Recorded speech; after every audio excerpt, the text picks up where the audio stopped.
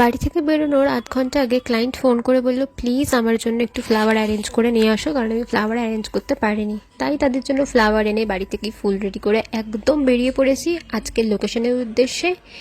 এই যে আমার সাথে আমার সঙ্গী, আমার মা, যে কিনা প্রত্যেক কটা কাজে আমার সাথে যায়, তো আমরা দুজন আজকে আমাদের লোকেশনের উদ্দেশ্যে বেরিয়ে পড়েছি। এই সুন্দর রাস্তাটা দেখে তো অনেকেই বুঝে গেছো যে আজকের আমার লোকেশন কোথায়, কোথায় যাচ্ছি। যারা যারা বুঝতে পেরেছো প্লিজ কমেন্ট করে জানাও কিন্তু। আর যারা যারা এখন অবধি গেস করতে পারোনি তাদের জন্য আমি পরবর্তী ভিডিওতে বলে দেবো যে এই লোকেশনটা কোথায়। দেখো, কথা বলতে বলতে চলে এসেছি আজকের লোকেশনের উদ্দেশ্যে।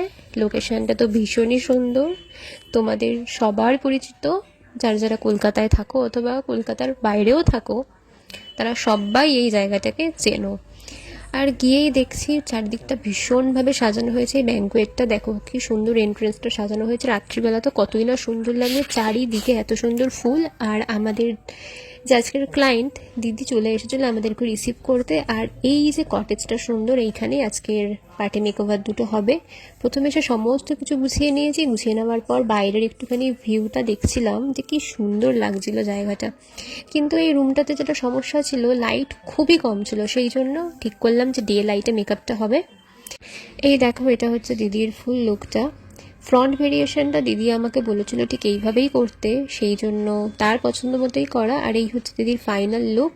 তোমরা কমেন্ট করে জানিও যে দিদিকে কেমন লাগছে দেখতে। আর আগের দিন এই দিদিরই শাড়ি ড্র্যাপিং আর হেয়ার ওয়ার্ক ছিল।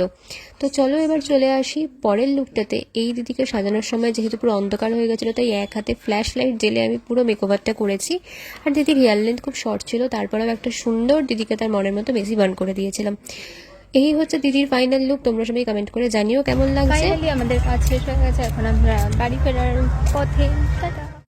ফেরার সময় আইফেল টাওয়ার দেখতে দেখতে গাড়িতে উঠে রিমা আন্টির দেওয়া চকলেটটা খেতে খেতে ফিরে পড়লাম বাড়ি। সবার সাথে দেখা হচ্ছে পরবর্তী কোনো ভিডিওতে। সবাই ভালো থেকো, সুস্থ থেকো, টাটা।